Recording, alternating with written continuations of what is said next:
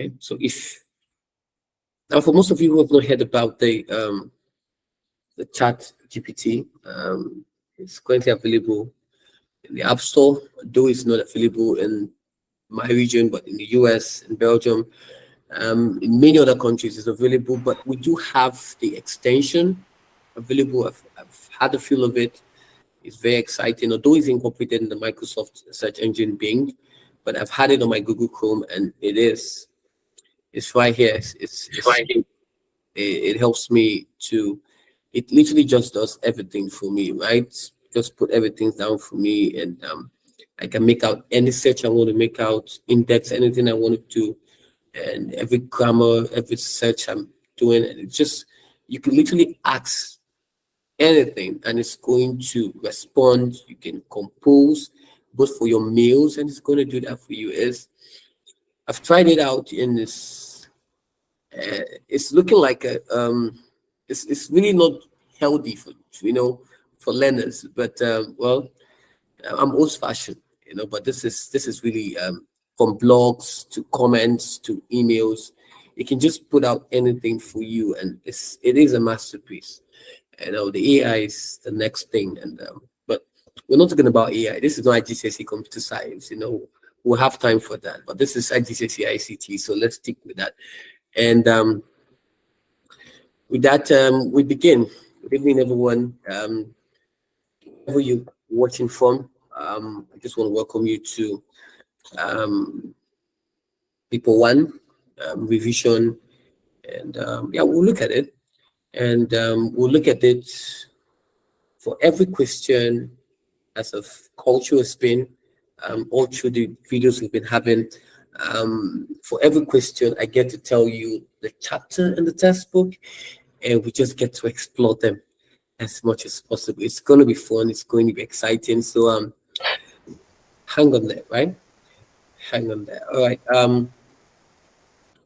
Okay, let's look at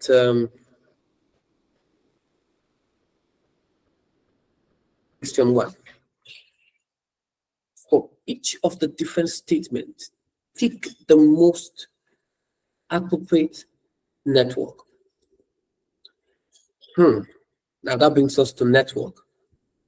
Now, and that is in chapter 4 in the textbook. And in chapter 4, under the network, it talks about the intranet, extranet, and the internet, but you're not going to talk about it in chapter 4. You get more in-depth knowledge about it in chapter 10 of your textbook. And just a revision on it. We have 2 of them. We have the local area network. We have the wireless local area network, and we have the wide area network. Now, the metropolitan area network goes beyond your scope. That is for IGCSE computer science. For my students over there in computer science, we've talked about it in the computer science, but then again, this is ICT. So let's just bring it at home, and let's just stick within the curriculum. And just to show you what it is, on the textbook, and I'm just going down to it. Okay. Yep, it's right here. Not there. And it's right. Should be somewhere about the bridges. We don't need that. That's not what the question is asking us to. Yes, this is where we are. Network types, right? And we have them. Now, in the case of the local area network, they're within a building, right? They're connected within a building, or geographically, they are near to each other, okay? And they make it of what we call the switch and the hub, right? In my previous video, we talked about the switch and hub, and but I'm still going to talk about it, because when we look at the hubs, every device is connected together, and any information that is sent to the hub is broadcast to all nodes or computers connected to it. But the switch is the intelligent version of the hub. It simply means that any data packet sent to it, it looks for the corresponding MAC address of where that information is and forwards it to that information. And if you have a question on it, I'm just going to show you just a picture of how it works. Now this is the switch. So for every port there is a MAC address. If you wonder what's a MAC address is the address of your system. What do I mean? For example, I'm connected to this and I want to check. I'm not meant to show you my MAC address, but no, just to show you, I'm not meant to show you here, right? This some of my students in Asia can be very funny, you know, at the same missile we have it. Okay, so fine. I'm not going to show you, but within this area you can see it, right? And if you click here and then you can go to right here, the properties. If you click on the properties, you're going to see it. So I think that's where I'm going to end for the discussion with good reasons. Okay. All right. I just remembered that my students in South Korea can be very, very quite challenging. So so we're going to stop there. But you get the idea of what the MAC address can actually be. Okay. Now for the whole, like I said, now this is a hardware, right? It's a hardware device. You could actually say you have to buy, okay, as much as possible. During my previous classes, there were videos on this right there in the class showing you how this operates, okay? For the hub as well, this is also a hardware device, and you could actually see a diagram of the data packet sent to the hub, and of course, and then it's being broadcast, it's sent out to every network. So it means everybody is going to see the message that sent for just one person. Everybody can have access to that. Okay, just to show you what they are, but that's not the scope of the question, really. It's not the scope of the question at all. But this is what we're talking about. For the LAN, it's just within a building. Okay. Now, but for the wireless LAN, now notice that for the LAN, it is connected using what we call the RJ45. Now, the RJ45 is known as the registered jack 45, and it's plugged in. It's an Ethernet cable plugged into the port, right? And this is what we mean by the RJ45.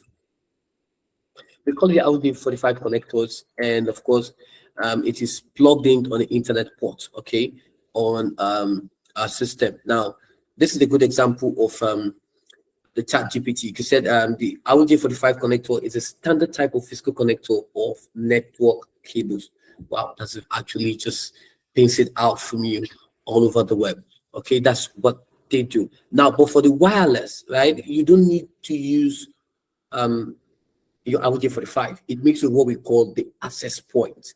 Okay, and these access points are connected to a wired network at fixed locations because of their limited range. So it means that the closer the access point, the more of the wide coverage of network that you're going to experience. Remember, when it comes to wireless, there is no need for wires, there's no need for cable, and they produce what we call the wireless network communication. Okay, and but for the WAN, the wide area network, a good example of the wide area network is the internet, because computers are connected or are situated in long distance from each other. We have LANs from different locations, all connected. And a good example for that is your internet. Now we have that understanding.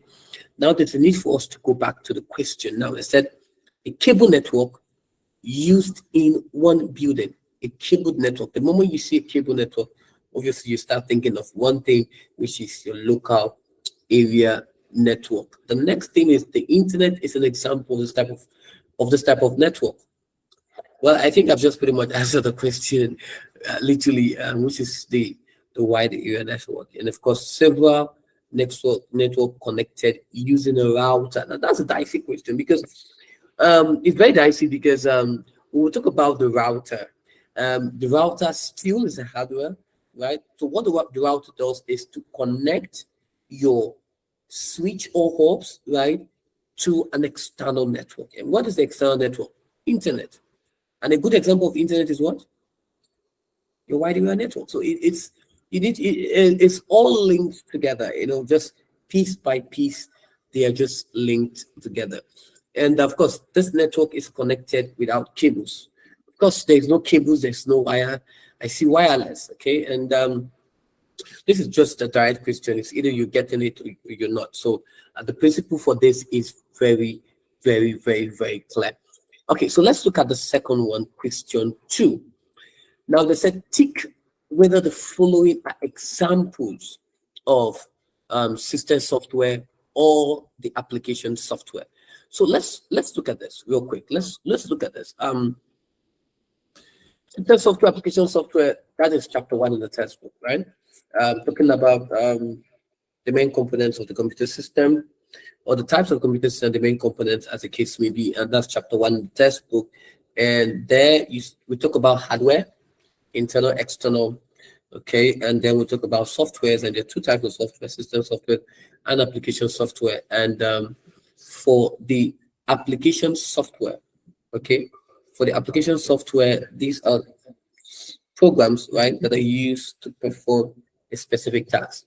Okay, a good example of the application softwares are now, according to the British or according to the British curriculum, when they talk about the examples of application software, you are not even meant to be more specific, because now this is because now why, as much as possible, this is it gives you the privilege to just see whatever you want. There is a guide. So when we talk about the examples of them, we're not talking about MS Word, we're not talking about VLC, we're not talking about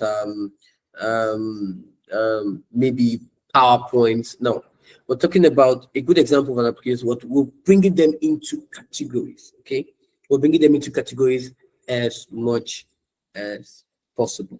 Okay, so now let's dive into what I was talking about, chapter 1 in the textbook, because that is the whole scope of this, and it makes it easier for students to just, so what is this and where is it coming from? So types and component of the computer system, and you're going to see it right here. Yes, right here, software, right, which is a general term used for programs that can control the computer system and process data. They fall into two categories, like I said. Examples of them, can you see the examples? We have word processing, spreadsheet, database. Because one of my students asked me a question on regarding this, Sharon, and I think I was able to answer that question in the class that we had. Someone last week, the class that we had, and then I was able to explain to her that you cannot say, because she gave it, say, why not we use Word Perfect or maybe Quattro Pro. I said those are good examples, but they are not part of Cambridge, right? These are not products purchased by Cambridge, and we have to be careful, because these products, they don't have license for it. So you cannot just write in, because they can actually sue these people. So, but then again, we use something that is corporate to give an example for them. That's why the textbook is being specific. They're not mentioning any names, because they're careful so that they don't fall into this information. If you look at chapter 9 of the textbook, I think that will actually make sense, talking about audiences.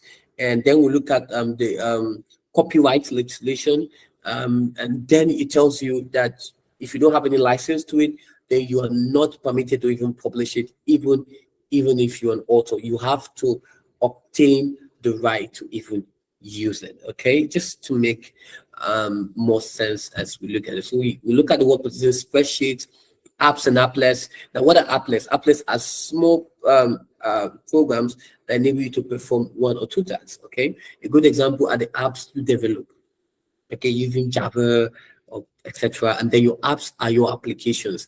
Just want to state that clear. You graphic editing, for editing of graphics, audio editing, and computer aided design as much as possible.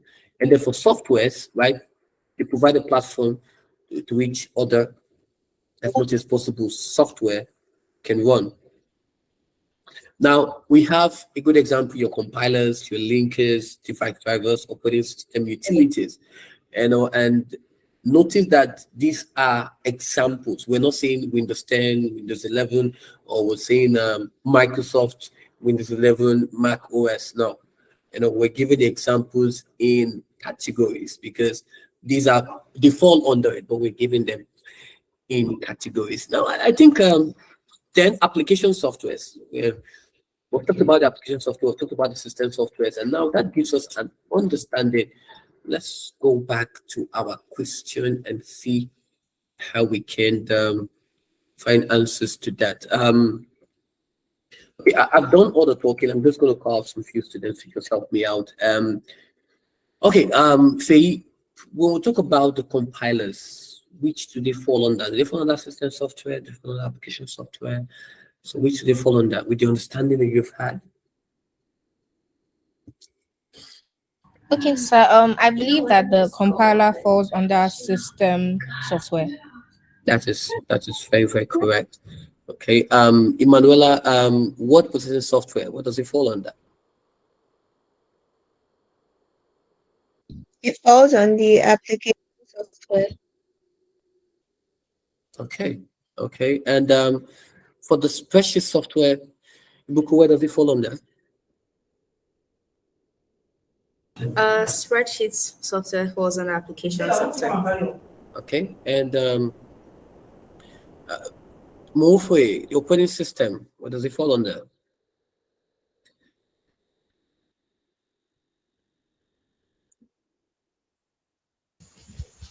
Operating system falls under system software. Okay. That is very correct. Thank you very much. Falls under the system software. Okay.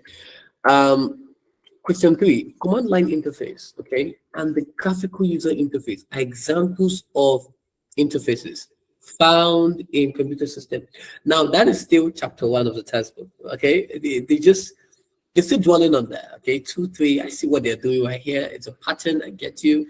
Just taking off course, but it's fine, it's still within the game, which is chapter 1 in the textbook.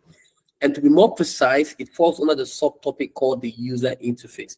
Now, there are 4 user interface. I'm just quickly going to touch about it real quick.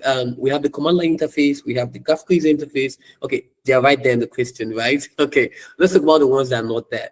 And we have the dialogue-based user interface, and then we have the gesture-based user interface. Now, when we talk about the command line interface, they make use of commands to give instructions to the computer system. But when we talk about the graphical user interface, we're as much as possible talking about the use of icons, okay, where we are able to just interact with the computer system, right, with the use of icons. And icons are a graphical representations of our applications. They can be denoted with symbols or images. And it makes use of a technology called the WIM, talking about the windows, icons, menu, pointing devices. And then we have the dialogue-based user interface. I know most of you are thinking of Alexa, Siri. Okay, fine. Okay. But then again, this is an interface that helps to interact with the computer, give instruction with the computer with the use of the voice-activated software. And I've mentioned quite a lot. We have the Alexa, we have the Siri, we have the Microsoft Cortana, we have the Google Assistant, and then we have the gesture-based interface. Okay, in the gesture-based interface, we have the ability to interact with the computer with the use of hands and body language. Okay, your hands, your foot, to navigate the system, and it makes what we call the computer vision. This is where the computer is able to scan the environment for the correct position of your hands and your feet in as much as possible. And then there is that what we call the image processing, when the computer is able to process whatever you're currently doing right now and into the computers to be done. Okay. Okay, what is this actually saying from chapter 1 and right here on the user interface? All this is right here. Have fun with that. Now, the Microsoft operating system has a shell of the command line interface known as the command prompt. Okay, known as the command prompt. So you see that in page 11 of your textbook. Have fun with it. And all this I've said is just in additions to that. Okay, now the question is, these 2 advantages of a computer having a GUI rather than a CLI. Now, What is the advantage of you using your GUI? What is the advantage of you using this operating system? Your Microsoft operating system, your Macintosh operating system, they fall under it. Okay, so but what is it? And the question has an answer in the textbook right here. Now you see this right here. Now, what are the advantages? Advantages is right here, and so this is it, right? So let me just so you can see it as much as possible. So what are the advantage is the user don't have to learn any commands. You don't have to learn any because you just if I want to print, I don't have to type. Okay, if I want to go to a folder, I don't have to check the directory of any folder. I don't have to do it. I don't have to do a CD space dot dot dot and check the next one. I don't have to do all that. I don't have to do a CLS to clear as much as possible. I don't have to do this to just exit if I want to exit. I don't have to do all that. You know, I can just okay. Do I want to print? Then you print. Okay, how fun is that? How cool is that when we do it? We don't have to, you don't have to learn any command to do that. If you want to print, by all means, go ahead and print. Okay, it's that simple. Literally that simple if you want to print. So let me cancel this. I'm not printing anything. If you want to search, go ahead and search. You know, you don't have to type, you don't have to learn any commands as much as possible. It is more user-friendly. Why is it user-friendly? You cannot just tell me it's more user-friendly. You know, okay, I had this was a conversation I had with Sky Limits, though they are done with the exam, but he brought up this very, very important question. Why is it user-friendly? So why can't I say user-friendly? Because a lot of things are user-friendly. I'm not user-friendly, I'm user-friendly, right? But why is it user-friendly is the fact that icons are used to represent applications. Okay. Now, then again, it can be used on more devices, which is a good advantage it has over the CLI. It can be used. Okay. And of course, you could, apart from what I just did right now, and not only command line, we have the PowerShell as well. Okay. We have the PowerShell as well.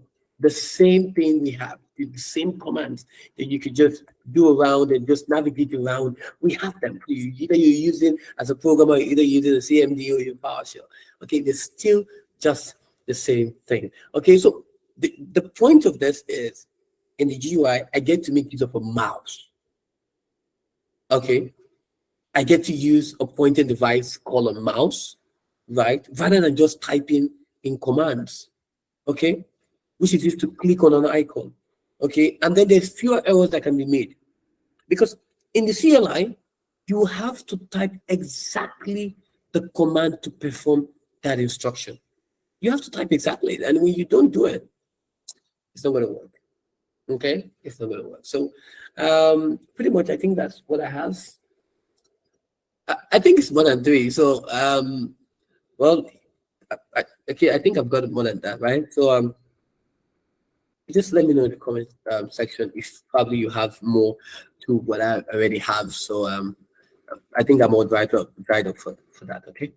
Question 4. A router is using a network. It's a good thing with now these guys are messing with us because in chapter 1 they're talking about chapter 4, and now in chapter 4 you're back to chapter 4. Okay, fine, I see that. Now describe how a router routes data packet. Now this question, it's not easy, but let's see how this is done. Let's start with what is data packets. Now, data packets are those informations that are broken down. They're broken down into bits, okay? They're broken down into bits and forwarded into the network. So, how does a router route them? The first thing is, as much as possible, and you will see this in chapter 4 of the textbook. Although this is the third edition, the question came out from the second edition. So you need to know that you need to know the differences between them. Okay, we have this is the third edition. So obviously the question is not going to be in that same fashion. Okay, it's not going to be in that same fashion as it would what we're just discussing now. But you can actually check out in the chapter 4 of it, and you probably see it here. Okay, probably see it here. Um, router, router. Just give me a minute. I'm going to be I'm going to be with you shortly. Just give me a minute.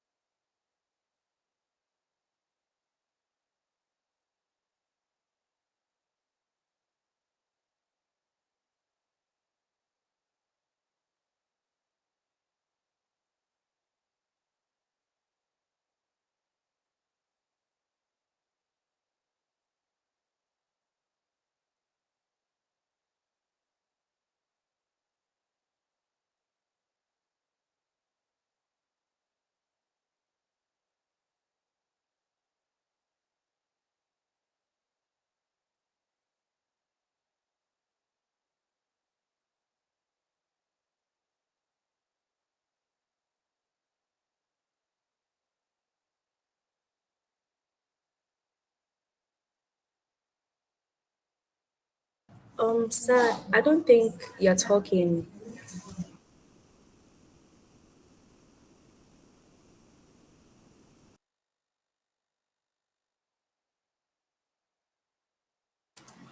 I'm trying to set up something. I'll just be right with you in a moment, please.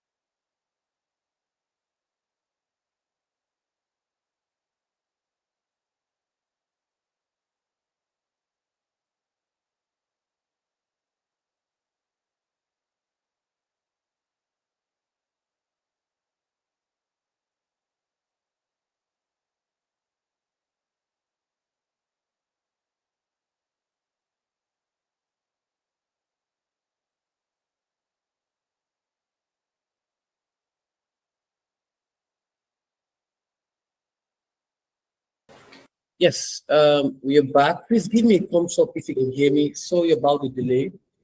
Right? Give me a thumbs up if you can hear me. Okay, that's good. That's good. Yes, Kukoi, please go ahead. I think you have a question. Please go ahead. So I just wanted to like make sure if you were still like there because you weren't talking for a while. I don't think I can hear you. Kukoi, were you saying something? Yes, I said that I just wanted to make sure Yes, she the was. class just to make sure that you For were some there. reason, I'm unable to hear her.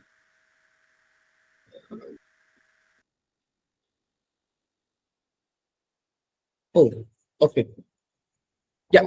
Can you hear me now? Kukoi, please, can you repeat what you said?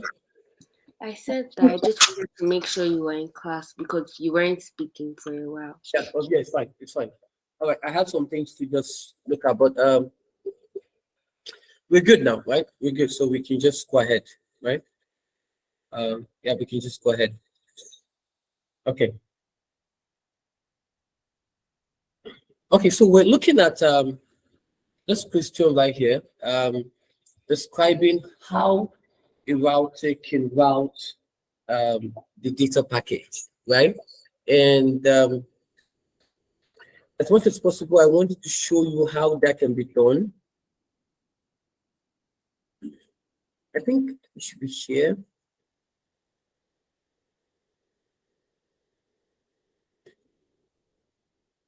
Um, okay, I think, let's see, expect. Okay, so this is it right here. So when the data package is received at one of these ports, the router will inspect. Can you see that? The router is going to inspect the IP address, and then again, the next thing is going to determine whether the data package is meant for its own network or probably for another network in terms of an external network. Okay, now if it's meant for its own network, what happens? Then the data packet is routed to a local switch or hub. Otherwise, it is then transmitted to a different router, in that case, the internet. Okay, so that is the process in which it goes. It will inspect data packet that it has received and then check the destination IP address. And what happens using the routing table, like we've said, and then it will now provide the links of all the different, and then if it's for its own network, it's going to route it. If it's a different network, it's going to send it as much as possible. And that is in chapter 80 of the textbook. Okay, so just to make that clear. Now let's look at question 5. Okay, question 5. An office worker is about to open an attachment, but is worried it might contain a computer virus. Explain what is meant by computer virus. Explain what is meant by computer virus. Now, this is something that I've been talked about. Okay, computer virus. Yes, I think a hand is raised. Please ask a question. Sir, I was wondering where I could find this paper. Oh, this is February. Let me see. This is February, March. I think we have it down here. February, March, paper 1. So the only variant is 12. So you can find it in February, March, variant 12. Okay. Yeah. So for computer virus, that is in chapter 8 of the textbook. Under security of data. Yeah, security of data. In fact, to be more specific, we have them in hacking, phishing. Everybody see all the hacking, phishing, smishing, vishing, as much as possible. No problem. Very big problem. You know, as much as possible, please give me. Right, please just give me a minute, please. Right.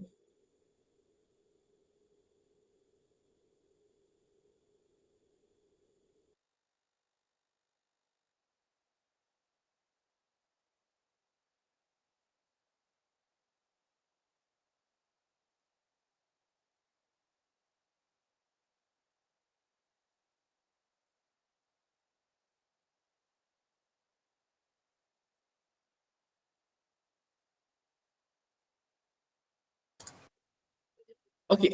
Let's go ahead. Okay. Now that's chapter 8, right? So let's look at it, right? But I want to be sure, right, that it's chapter 8. I know it's chapter 8, but I want to show you that it's chapter 8.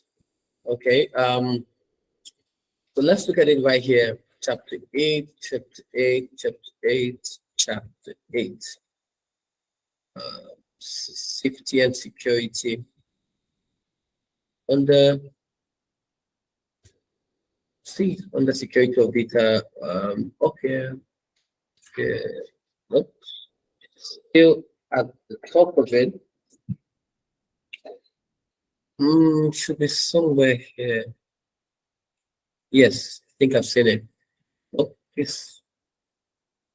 Yes, viruses and malware, right? So here we have the malware, which is the biggest risk when it comes to data integrity. And of course, there are many softwares like antiviruses that is capable of identifying, but that's not what we're talking about. We're talking about the viruses, and this is where it is. So, and the question says, let's look at the question. Explain what is meant by computer virus, and that's a 2-mark. So when you have a 2-mark question, ask like that. The first that comes to mind is a virus or viruses are programs, because we have viruses even in biology, right? So there are programs or program codes that can replicate itself with the intention of what? Deleting or corrupting files. But it can even cause the computer to malfunction. Okay, so it is a piece of software.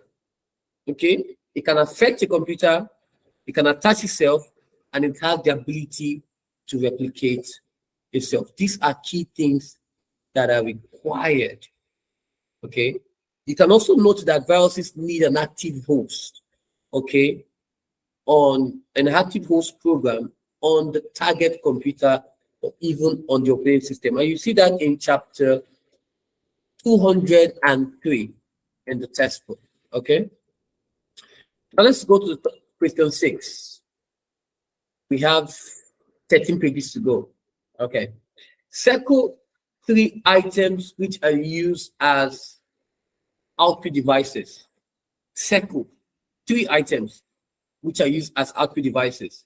Now, this is chapter 2 of the textbook, talking about input and output. Now, we'll talk about the output devices. It's straightforward, really, literally. It's all like, we know we have input devices, we have direct data entry, DDE, right? And we have the output devices. So, all the output devices, we have the first output device is monitor. And then we have printers, or we have the graph plotter. Okay. We have projectors. Okay. Let's see. Is there another one that I probably have missed? Now under the printers we have 3, right? We have laser printer, eject, dot matrix, and then we have a 3D printer, which helps to produce solid object. Chapter 2. Okay. Chapter 2. I had a student who used to read like this. I'm done reading. Wow. That was some serious reading. All right. DDE. Come down. Yep. The monitors, like I said, the next one is touch screens can also be an output, right? Touch screen can also be an output. Projectors as well, I've said it. Then we have printers. I think that's just We have others. Then we have the graph plotter, right? The graph plotter. All those pictures in banners, that's what they use, right? And then we have 3D printers. I think that's all for. Okay, no, we also have speakers. We have speakers, and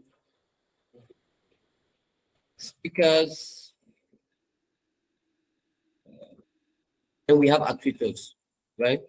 But more or less, actuators are usually mechanical device. They help to just carry out the actions after it has been sent from the sensor to the computer and to the microprocessor, and the microprocessor is able to give the instruction actuator to carry it out. There are two of them. There's in rotary, and then we have it in linear.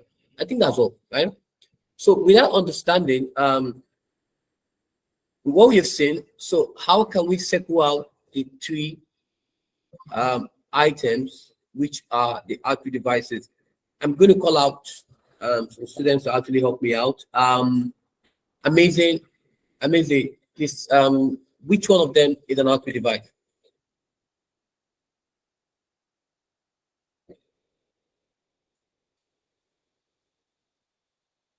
Amazing, are you there?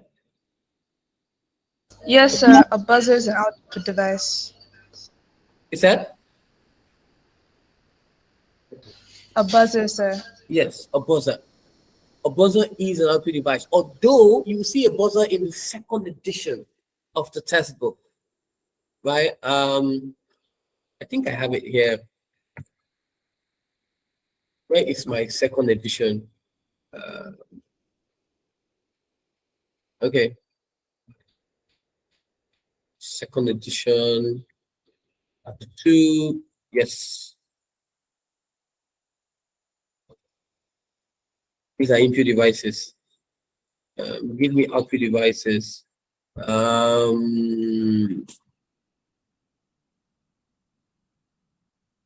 Okay. So I think second edition, they also started out the same things, using monitors as much as possible. And they went on to projectors and then printers. And now the buzzer is found within the speakers. Okay, we have the buzzer within the speakers. Okay, this is for control applications. We have actuators or we have motor. Okay, it's still part of them. Actuators are used to take signals from a computer and convert to some of what? Motion. Motors, on the other hand, is turned on or off by an actuator. Now, this is buzzer. Can you see that it's a different edition? Now, the reason why we're looking at this question is because this is from the second edition textbook. Now, in the third edition, they're not going to ask you, they're not going to bring in a buzzer, because buzzer is not longer part of the third edition. So that's why you have to read. Okay, obviously in your set, you are just starting off with the third edition. The set like the IOFAIR, Sky Limit, the Sharon set as much as possible. They have to compare between the second edition and then the third edition. Okay, but then again, we have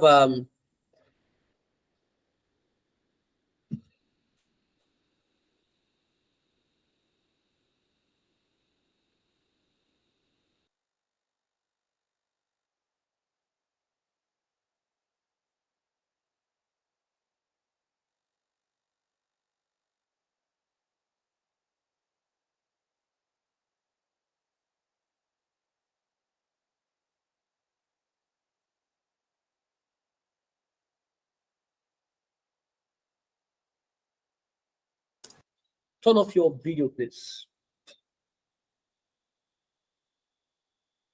Good. All right, so let's so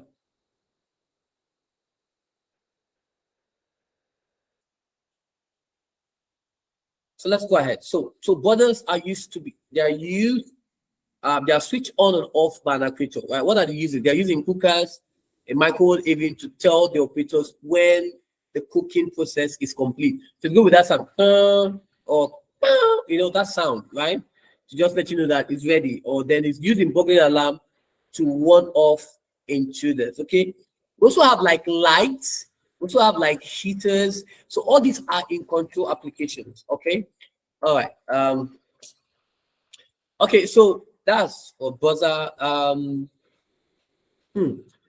Okay. Bisola. Okay. Which other one is an output device?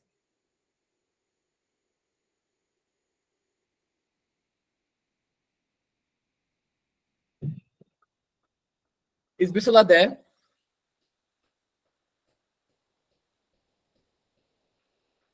Okay. Shoei, are you there? Yes, sir. So which one is an output device? Okay, the output devices are the buzzer, the speaker, and LCD monitor. Good. The LCD monitor. And now we have other kinds of things. We have CRT and we have the LED as much as possible. All right, 56.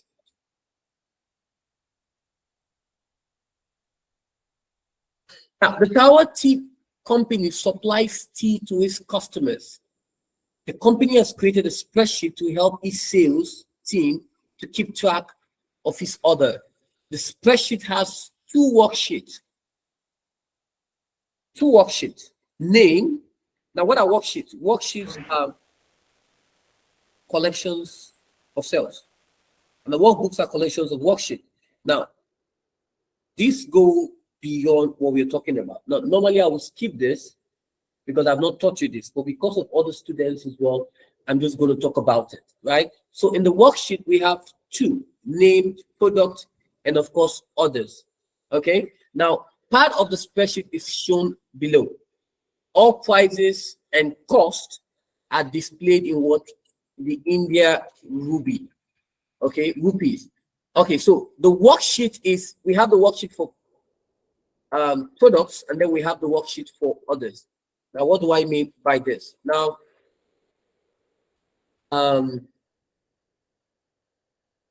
okay, just to show you some. Okay. I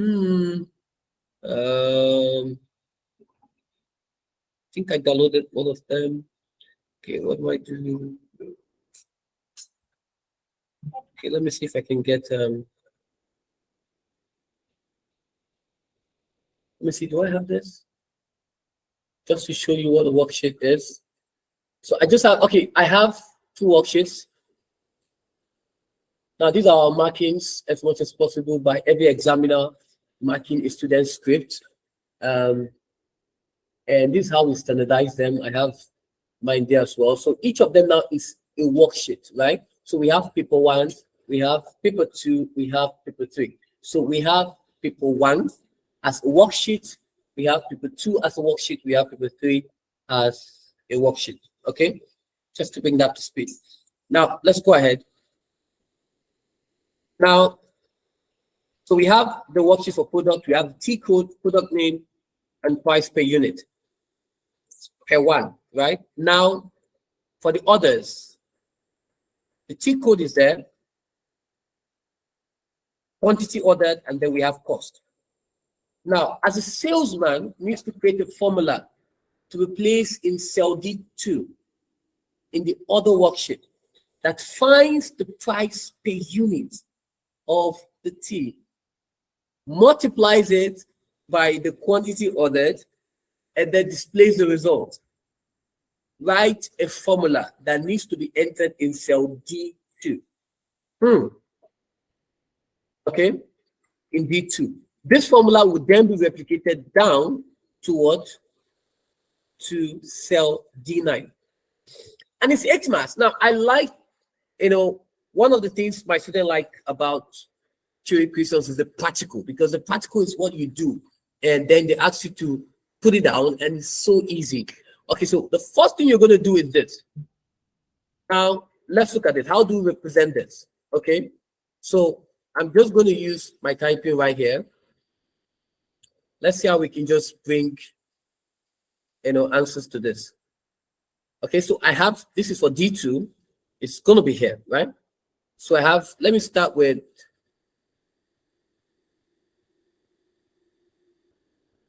my black. Okay, let me use red. It's fine. Now this goes beyond your scope because I've not taught you this, but just because of other students as well, just want to put this down. So we have cost. Now they give the formula that says which find the price. The other worksheet that finds the price per unit of the tea. So that's price per unit. Okay. Then we multiply it by the quantity ordered. Okay. And then displays the result. So we have equals to, and then for us to be able to display the result of the price per unit, we use what we call a lookup. I know you guys are going to say lookup. I know.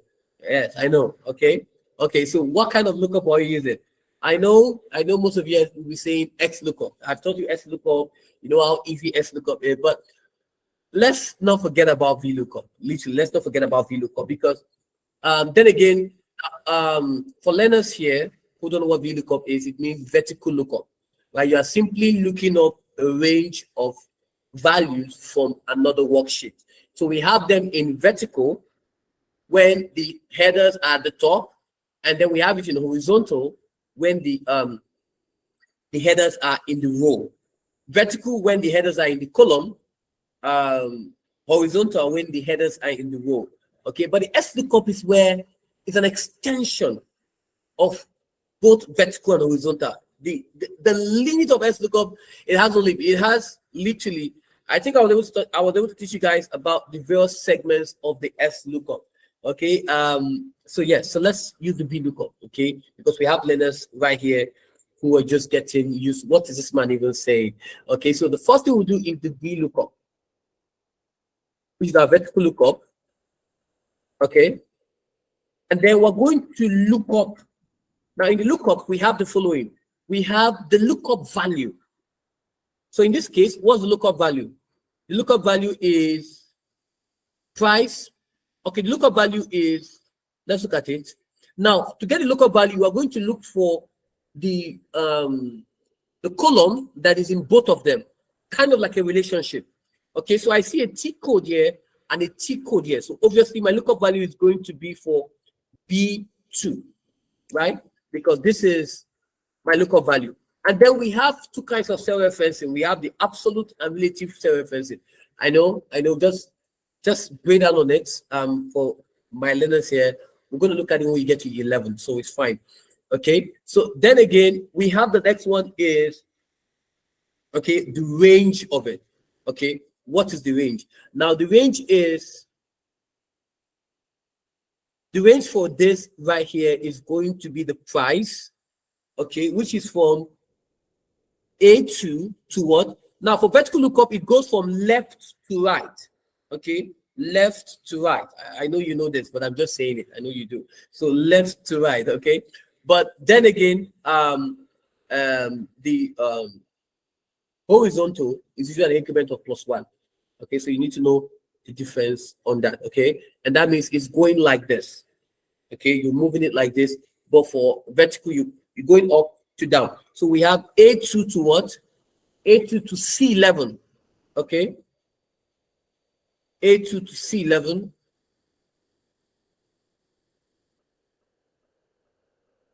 A2 to C11.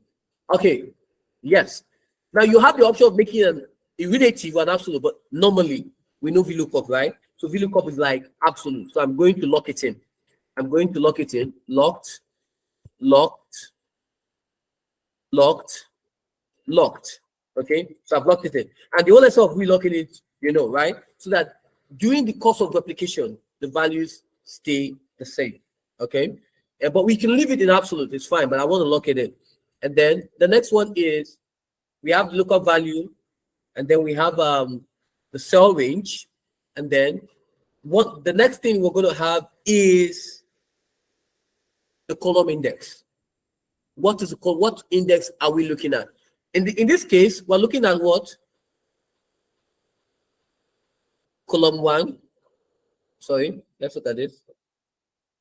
Column 1, column 2, column 3. So the third column, we want to return this. The third column, right? Third column, so it's going to be 3.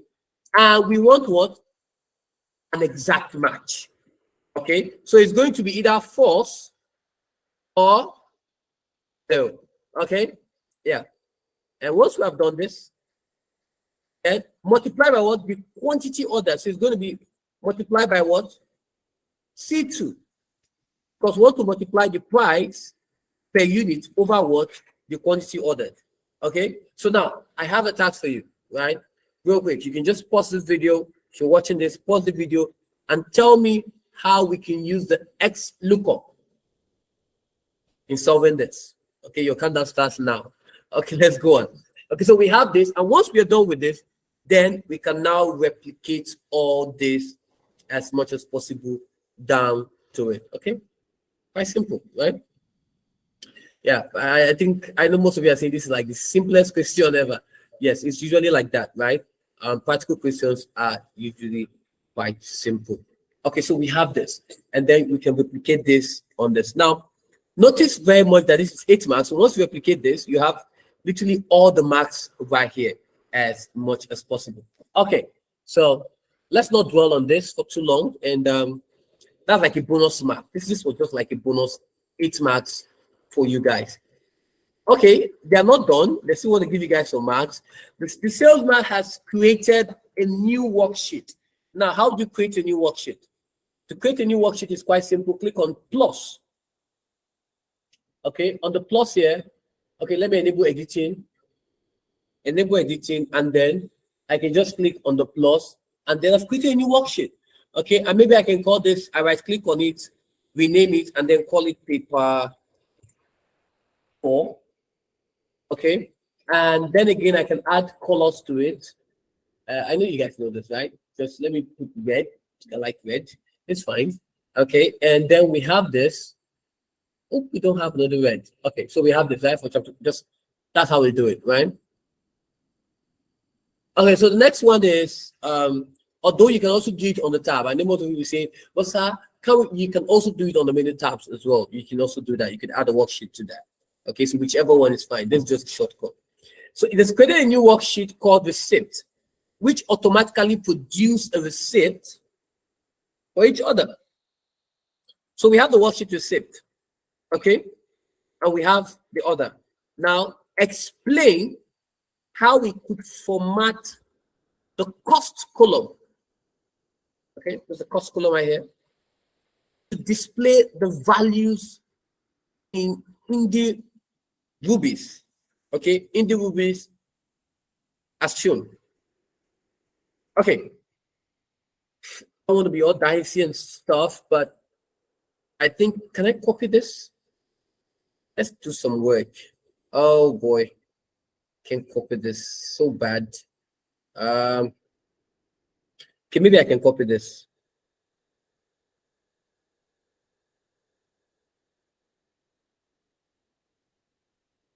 And maybe I can just paste this here or something. I don't know. It's not going to let me. Okay, can I get a replica of this? Let me see if I can take a sneak. This is short. Finger here. No. Let me take another one.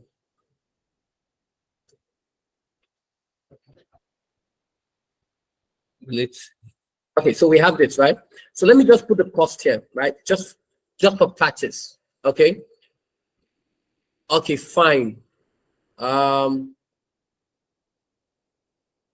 going to just reduce this a bit and then put it in E, right? So let's make it practical. So E is at E1. So let's make it practical, right? Sir, is this supposed to be practical or theory? Please just stay with me on this, right? This goes beyond your scope, but just follow the process, right? I want to explain this. I understand your questions. But when you watch this when you're year 11, it's going to make a whole sense. But this is for other learners as well. Okay, so we have this as 672. Then we have 480. Okay, maybe 4672. 480. 480. Sir, please can we do just what we're going to be doing in tests? And we have 2416.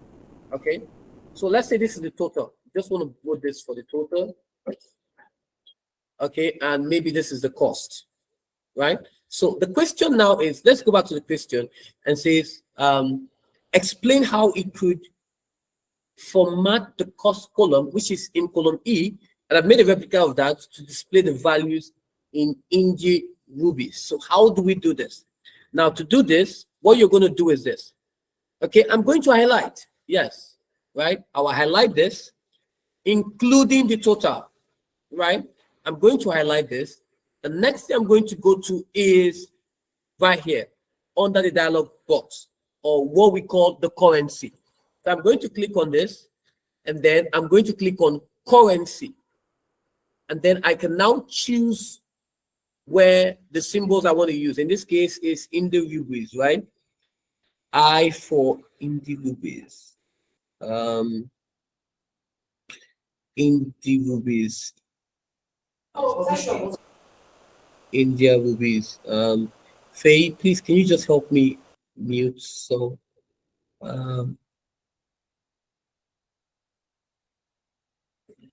okay, I don't think I have India rupees here. I should have it.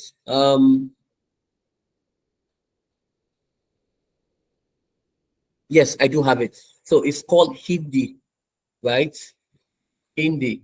So I do have it. And let me check. Was there any decimal place I'm to put? So no decimal place. So they didn't give any decimal place, so it's fine. So I'm just going to make my decimal place 0. And currency, not accounting, right? Currency, not accounting, because accounting is different. And how do you know the difference between currency and accounting? Is when the values is 0, it gives a dash. And there you have it. That is how you can replicate it. So that's how you can do it to ensure that the currencies are being displayed. So what did I do? I highlighted what? E2 to E8, right? Because I have to add the title and then select the format cell. You could actually right click on it and then go to format cell, and you can actually do it here as well. Okay, go to format cell, or under the home tab, you can change the currency and click under the number group, click on the dialog box launcher, and then Excuse me, sir. the currency, and then the symbol, and then endeavor that the decimal place is 0. Okay, that as much as possible. All right, yes, please ask a question. So is this part of the theory that we're doing? I don't understand. I just answered that question. I said no, but I have to explain it because it's part of the question, just for other learners as well. It's not, All right. sir. Okay, but we can just like do what was going to come out in the theory. Because by 9 o'clock, physics students have to go, so we have to end the class. So let's All right. just do what's of most importance instead of us like doing something that won't maybe of any importance to us. I understand, but it has to be taught. Okay. Yeah. Sorry about that, but it has to be taught. All right. Question 8. A drone is a remote controlled flying vehicle. A drone is used to monitor flood in Mumbai. Complete the following sentences.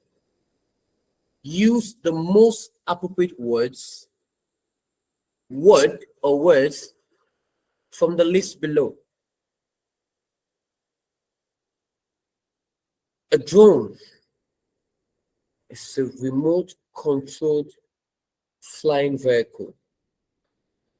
Drone is used to monitor flood in Mumbai.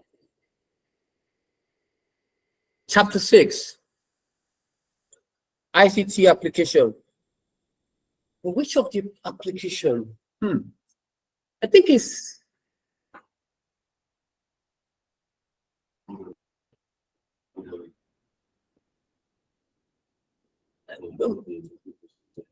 yeah, modeling, but then we have a drone. Modeling is just a prototype of how is what you're going to build is going to look like, and then you look at the pros and cons. But then you will have a drone, and then again, I'm thinking computer control system. Although we have robots in computer control system, but then again, this is second edition. I think computer control system. Okay, so now they said the drone is microprocessor controlled with input from, so let's look at it with input from. Now we have a drone. Now, just to show you what a drone looks like, in case you're wondering, okay, maybe we have biology drone. So let me do computer drone, right? Because I'm seeing some bees there and computer drone. Okay, so yes, a drone.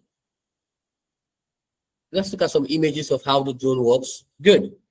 So this is a typical example of what a drone is. If you've been watching all these movies, I think we have one in Magnum. So, but drone, right? And it flies around. It is being controlled by something, and it has a camera. The camera is right here. They're right here. They're right here as well. We have a camera. They can just monitor, right, environment, and in your own end, you have a screen they can actually see. Okay, so now the question is, the drone is microprocessor controlled with input from. Now the input from a drone, okay, input from a drone, YouTube, let me just check YouTube real quick. Do we have something practical to just show you how the drone works? Computer drone. In just 30 seconds, right? Just to show you how the drone works. And okay, I think we have one here. I'm not sure. Now, this is actually,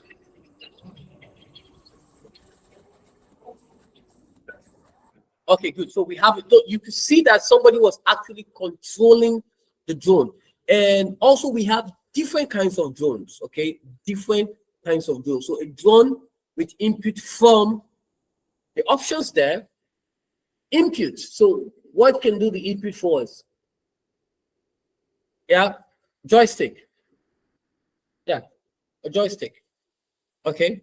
The next one, the images of the flood are captured using, showing your drone, right?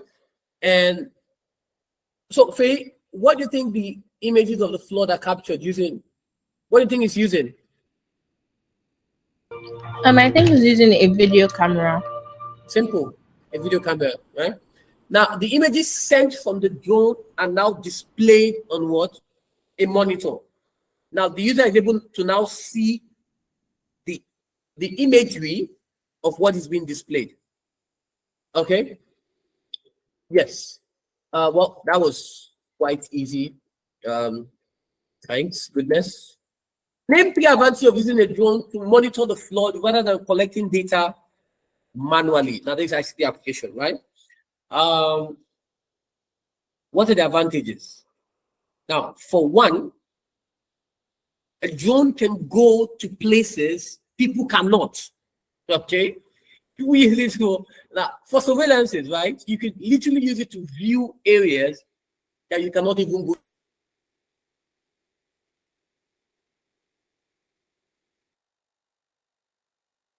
Sorry, I'm muted.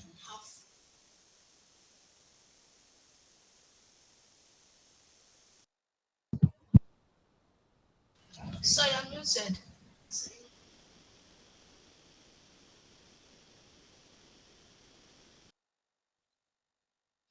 Oh, okay, but okay, Faye, did you hear the third part I said? The image sent from the drone are displayed on? No, sir, I didn't. Okay. Okay, so we talked about the image of the flood are captured using a video camera. Then the images are now sent from the drone. It is now displayed on the monitor. Okay, it's now being displayed on the monitor. Okay, so three advantages of using a drone to monitor the flood rather than collecting the data. It can go anywhere people cannot. You can't go on the flood. You can't be on the flood to monitor the flood. You to flood you away, right? award for that. So drone can help you to be able to monitor the flood to see if it's getting to a point where people will need to actually evacuate. Okay. Now, with drones, you can get a wider view of the flood. Now, you cannot do that if you're a human. You could see what I was showing you. I think we looked at the video on YouTube to see that the guy was able to take a wider view of a tower. Now, you cannot go to a tower now. You cannot go to that. You could see what is inside the tower. You need to look. So with the drone, you have a wide range, okay, a wide range of how the flood is, the level in which it is. And another thing I can think of is the fact that it can work in a hazardous condition, a harsh condition, okay, where humans cannot work in. So you can go. I think the first one I said, the drones can go to places people cannot, and then it can give you a wider range of how the flood can be. And then again, drones are helpful in harsh conditions where people cannot even go to. Okay. Yes, it can. In fact, the way the drone works in such a way that data is continuously sent back to the operator. Okay. Whereas a person will collect it and send it back. But this continuous, it gives you real-time feedback. A drone can just be there, powered and just be monitoring the flow. But human being cannot be able to do that. And also it's continuous. All right.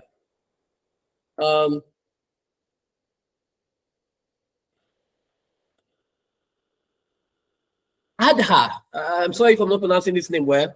Adha and the family are planning to visit to the Gill National Park. And she's creating a web page about the destination. She started writing some of the HTML, but has made some mistakes. Now, you see this in chapter 21 of the textbook. Okay? Now, these are different sections. We have the HTML, which is the document. And then we have the sections like the head, the body, the head section, the body section, literally two sections that we have. Okay, now, so we have this pile of codes. Now the question is, write down 4 mistakes which could prevent this markup from working properly. Your answer must be different in each case.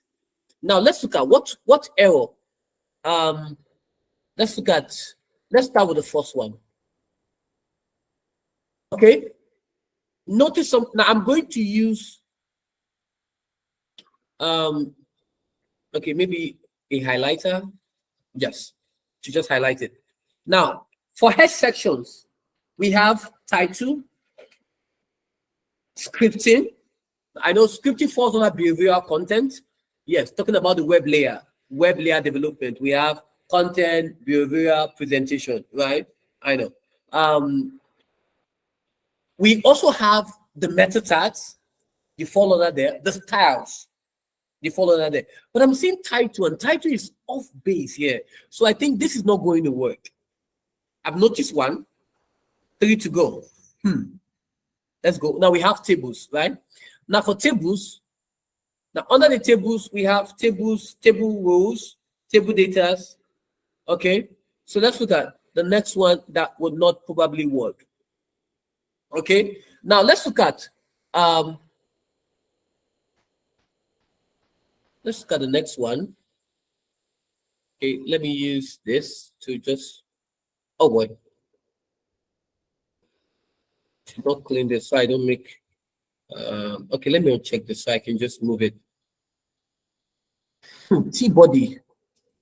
Let me see this T-body. T-body is for,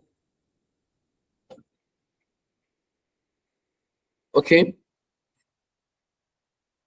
T-body, okay. I know for the table body, okay, for the table body styles, it's fine. Now it's not going to work. Why is it not going to work? It's not going to work because now this is an inline style. That inline style, there's a quote here, but there's no quote here. So this is another error. Now, when it comes to coding, you have to be very careful Right, very careful. So that's 2. And let's go on. What else? Image source. This is the width. Okay. Alternative image. Fine. You don't need to close the image. It's fine. TD was closed. Okay, another TD was open. H1, H2. Okay. Another TD was open. Okay, it was closed. Let's look at the next one. I have issues with it's meant to be source. Source, which means SIC source, not S. Okay, maybe that's correct. But let me see. Source should be here. The image source. Oh, okay, yes. So this is wrong, right? This is wrong because this is SLC and this SCL. Like literally, what are they trying to do? So it should be this. And we have your GR. That's the name of the logo, whichever logo you want to call it. Of course, obviously, it has to be in your folder, JPG, and so we have this, and then we have then you alternate, and then you can close. So this should be the right thing, not this. So then I've noticed another error. Okay, and the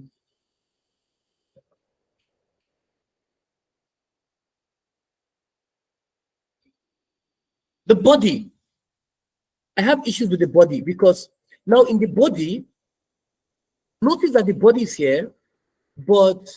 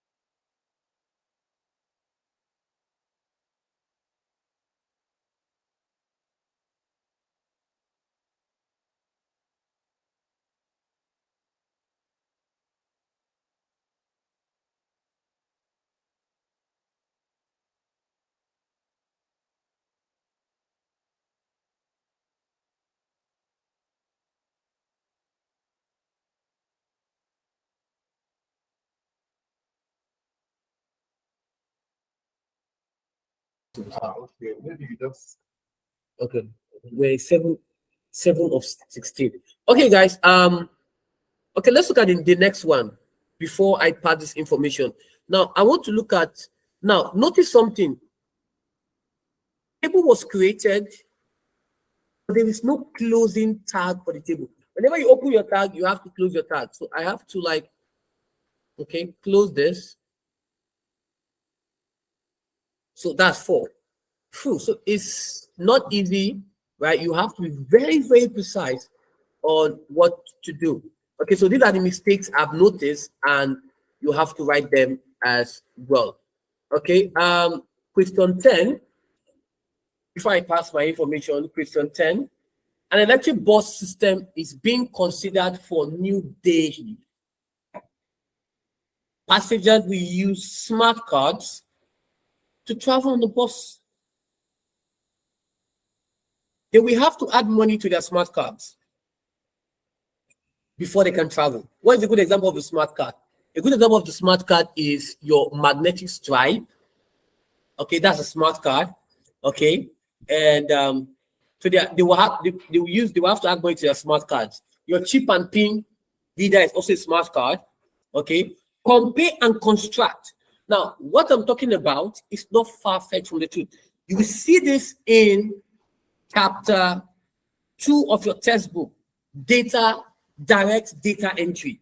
If you've not read it, then I think you should probably go look into it, right? So what are they? Let's compare to about the similarities. Now, the use of smart card rather than using cash. So for similarities, both the smart cards and your cash are used for kind of transactions. It's the same thing. If you go to a train station, you can use your cash, you can use your card. So there are similarities. The next one is that both of them are portable. You can put your cash in your pocket, you can put your card in your pocket, okay? And both allow payment at the point of use. You want to enter a train, you use card. You want to enter a train, you use what? Cash. Okay? But for differences, now it is faster, right? It's a faster process using the card. It's a faster process using the card. Now let me explain why the faster process using the card. The faster process using the card because one, it gets your information as well as your money. But for the cash, they will have to register you. So you have to like wait for another queue. Take the receipt of them to the other one. But if you the card, it just takes your information straight away. The next one is someone will have to check the correct payments made with card, right? Because card is automatically checked. But for cash, someone will have to check, right? The payment made with cash. Because you have paid, they will have to write a receipt for you. But with card, you automatically checked, right? You automatically checked for that. The next one is that you may not have enough money on your card, and you may not even know this. There are times I've used my card. Now we'll talk about construct. We're talking about advantages and disadvantages together. There are times I don't have money in my card. I don't know. You know, most time, back then when I was at home, where my sisters were, in fact, my siblings have access to my card, right? They use my card without even my knowledge. So when I went one time to make a purchase of something, and they told me insufficient fund. You know, so you may not even know that you don't have yes. Okay, yeah, all right. So please just a quick information. You'll be starting your physics class by 9:30. Okay, you'll be starting your physics class by 9:30. So once it's that time, you can just exit to join your Excuse me, sir. Yes. If the physics class is by 9:30, that means that we only have 30 minutes of class because it's meant to end by 10. Yes, it's fine. That's not fair though. It's meant to be 1 hour. 9:30 to 10:30. Those that are tired at 10 can exit the class. Okay, My 9:30. bedtime is 10. People have bedtime by 10. Exactly. My bedtime is 10. Who said that? Hello.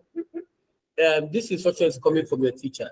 It's quite simple, literally. If you So my bedtime is even 9. I just stretched it for today. if you have a bedtime, Sorry, if you have a bedtime, then you can you can leave the class. You have a choice. You have a choice to actually do that. Okay, you have a choice to actually do that. Okay, so the non-physics students can stay behind. Okay, non-physics students, please stay behind. While the physics students by 9:30 can just leave. The class is recorded, so obviously you're going to have a copy of it as much as possible. Okay, all right.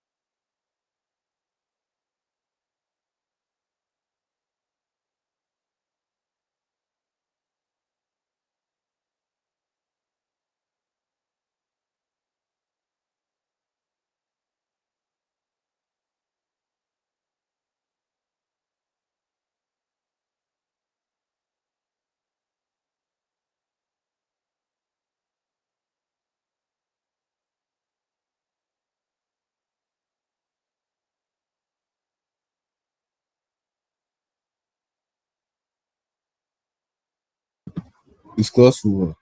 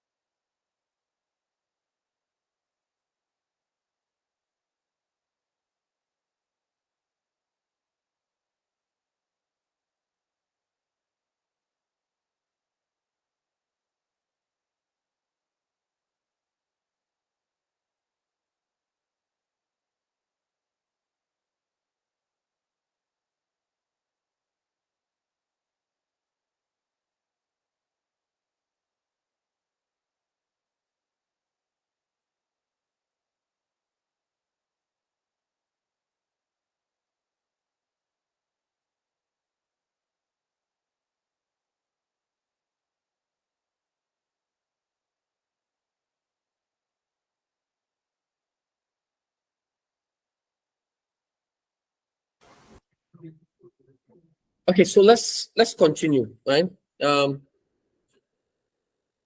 we've talked about comparison between the similarities and then the differences between them.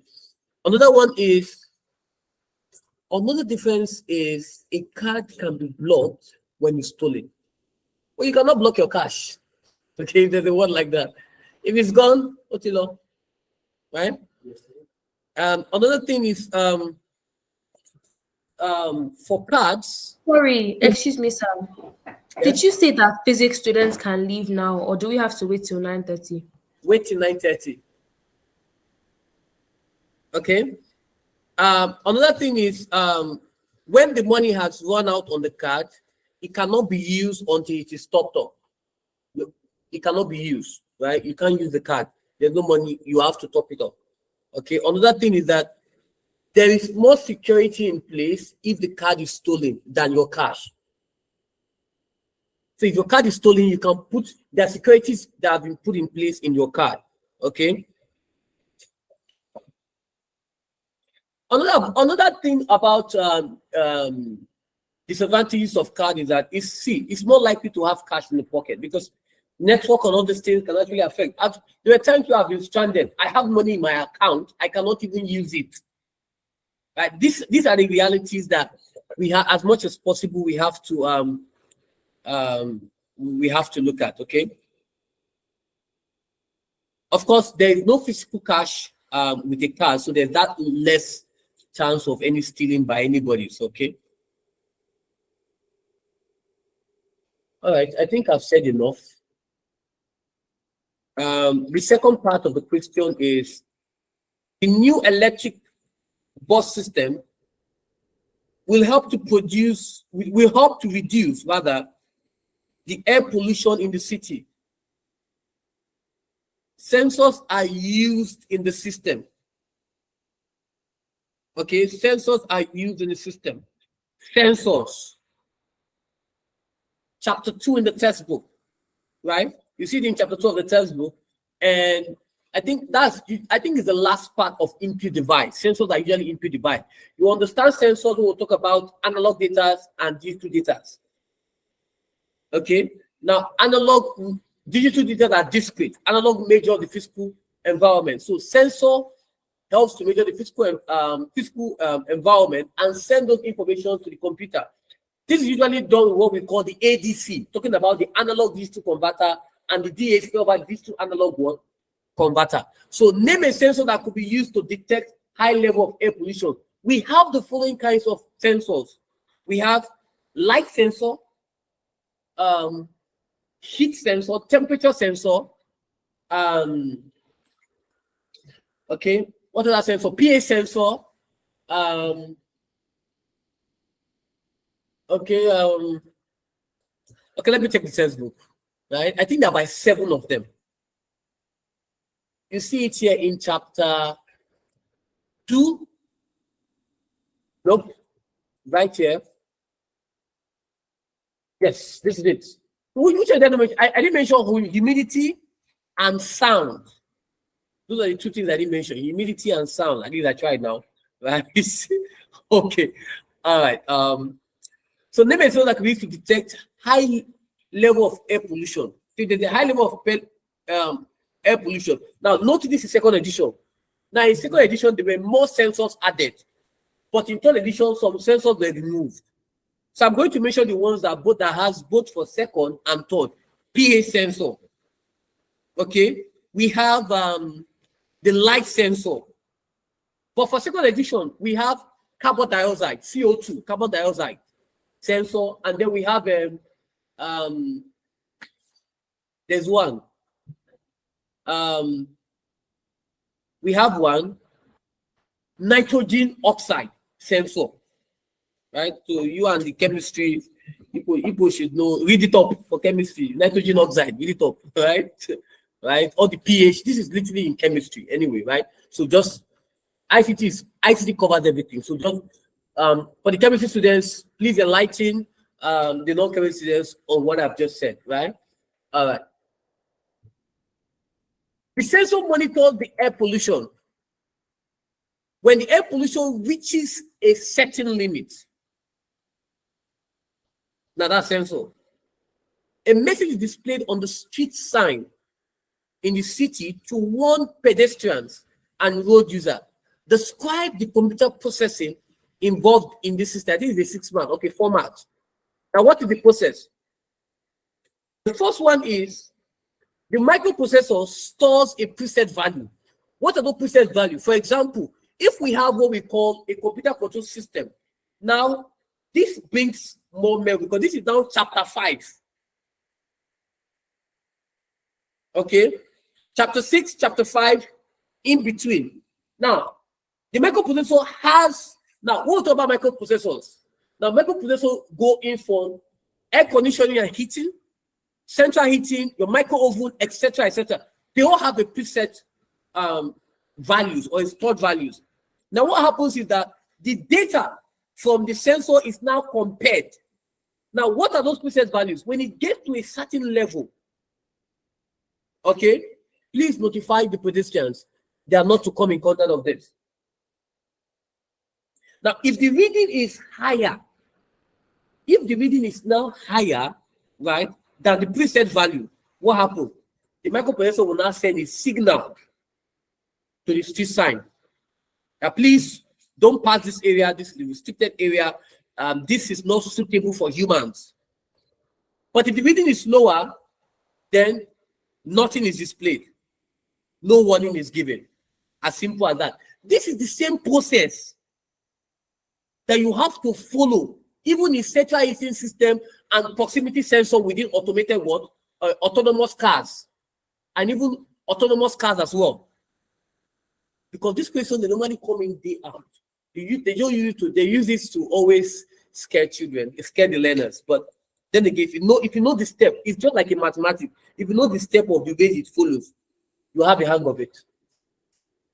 Now, data from sensor needs to be converted from analog to digital before it is processed. Just what I was talking about. I think I knew this will happen. Right? So data from sensor needs to be converted from the analog to what? To digital before it is what? Processed. Explain the need for this conversion. 2 marks, 2 points. Microprocessors can only read digital data. I've told about digital data. You see it in chapter 1. Please quickly go back to your, if you're watching this, you can just pause it, go to chapter 1, under analog data and digital data, read it up, then come back to sensors. This will make perfect sense. Because what the computer understands is what? Numbers, machine language, digital. But what the sensor brings to the computer is analog data. It measures physical environments. That's analog. And that's the reason why they need for ADC and DAC. Talking about analog digital converter and digital analog what? Converter. This is everybody's favorite. Question 11 is everybody's favorite. Now I'm not going to answer this. Everybody will answer this for me. Now, if you fail this question, then I think you were not in class when I was teaching this. The system life cycle, right? And this is in chapter 7. This is in chapter 7. Is this chapter 7? Yes. Chapter 7. Please ask your question. Sorry, I thought you wanted to ask somebody to answer the question. Oh, okay. Now, so the system life cycle. Now we have the following phases. Okay. Monade, help us with the first one. So what is the answer for this one? Okay, analysis. Okay. Did this one? The one after analysis is design. Thank you very much. All right. So design, testing, and development. And let me call on somebody else. Is Anis here? Anis, help us out. This is what?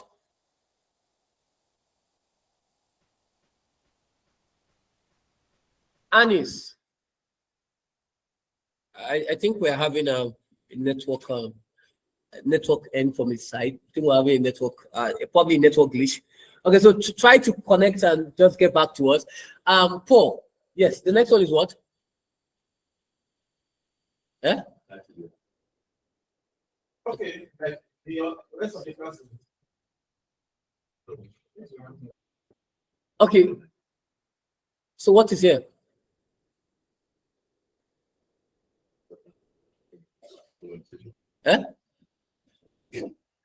Implementation. That's very correct. Oidamola.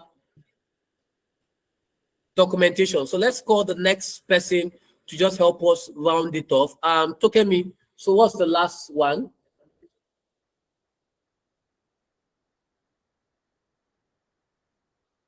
Tokemi, are you there? What's the last one, Tokemi?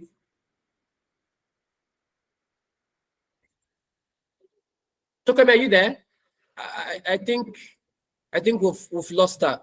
Who do we call again? Fortune. Yes, the last one is what? Evaluation. Evaluation. Okay. All right. Thank you very much. Okay, so Look at me. for the finished students, please.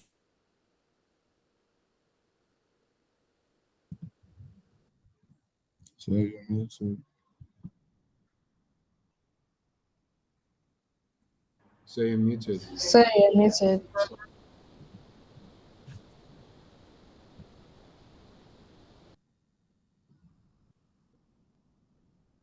Okay, so your teacher is actually prepping up. So by 9:30, just join in there. And by 9:30, just switch and join in there. And for those who are having bedtime, it's fine. You can go to bed, right? It's fine, right? It's understandable. Okay. It's like I said, this video is recorded. You can always watch it at any time. But the benefit you have is you get to ask me questions in real time where you have it and those issues. You literally don't get it when you're watching the video, right? Okay, so moving on to the next one. Question 12. We have 5 pages to go, so I think we're almost running up. 5 pages to go. I hope they are not as dicey as the other one. Tower High School has developed a new computerized system. Emanuela, this question is for you, but we'll work it together, right? So don't get scared, right? So Tower High School has developed a new computerized system to timetable lessons, right? And examinations. The school needs the new system to be in use before the start of the new school. The school is developing a new timetable. They are tired of, doing the manual. They want a computerized one, okay? And the school is planning to implement this new system using either the direct changeover or the parallel running. Now, this falls under what kind of system life cycle, Emanuela? What kind of system life cycle? What phase?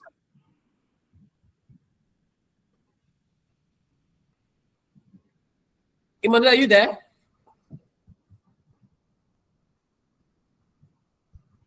I think I've lost Emanuela. Toyosi, are you there? Yes. What phase does the direct changeover or parallel running fall under? Yes, sir. So what phase? What did you say, sir? What phase does the direct changeover or parallel running fall under?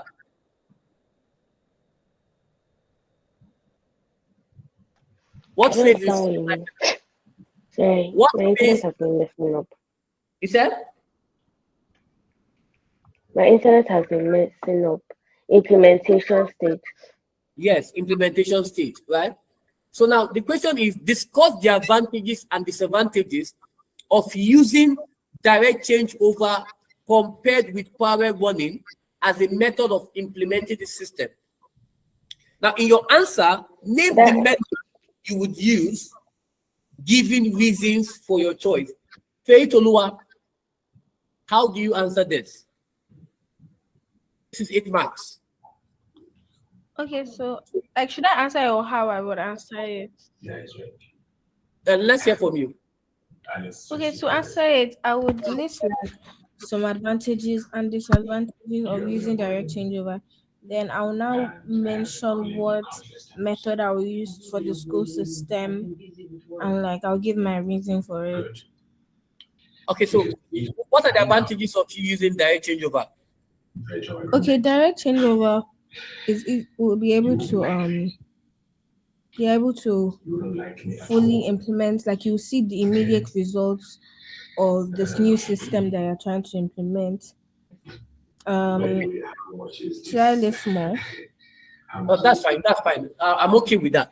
Right? Okay. The systems are fully implemented, right? So they are immediate. That's one beauty example of what the year said. We were talking about the direct changeover, okay? And another advantage is, unlike the parallel running, costs are reduced because it is only one system that is being used. But in parallel, 2 systems. Okay? And then again, there is less likelihood of the system running into any form of error. Because before you implement a direct changeover, the system would have gone through a fully tested phase. What are those phases? Unit testing, integration testing. In such a way that they have been tested into what? Different models. And then compiled together and tested as a full model, as the whole system, which is what the integration phase. Now, maybe I'm too fast. Let me just show you chapter 7 real quick what I'm talking about. Now, these are some students, some learners used to read. I'm done. That's how they read. Wow. I don't know how they get it. Okay, so this is what I'm talking about. Right?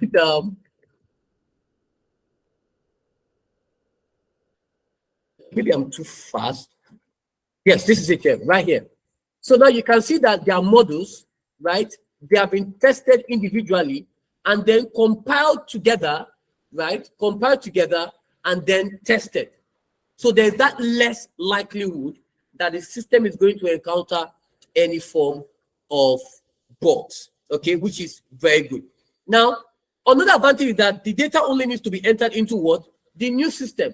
Unlike parallel, that will be entered into what? Both of them. Okay, So it is a very good advantage, which is less time consuming because you're only entering into one. But then again, if Manuela is still if she's online with us, I probably she was having a network issue or something, or she's online with us, I would like her to tell us some disadvantages of using the direct changeover compared with the parallel system. So what are the disadvantages, Emmanuel? Over to you. Is she here with us? Probably. I think, I don't know if she's here. Okay, I'm going to call on somebody else. Emanuela is here. Emanuela, can you hear me? Emanuela, can you hear me? I think probably it's a network issue. Ibuku, please help us out. Disadvantages. So I'm here. Yes, Emanuela, please over to you. So what are the disadvantages of using direct changeover compared with the parallel running? If it is changed, it won't be able to be gotten back. Change, how? It's changed. Did you say changed?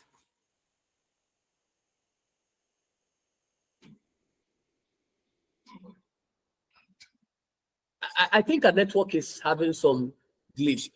Ibuku, can you help us?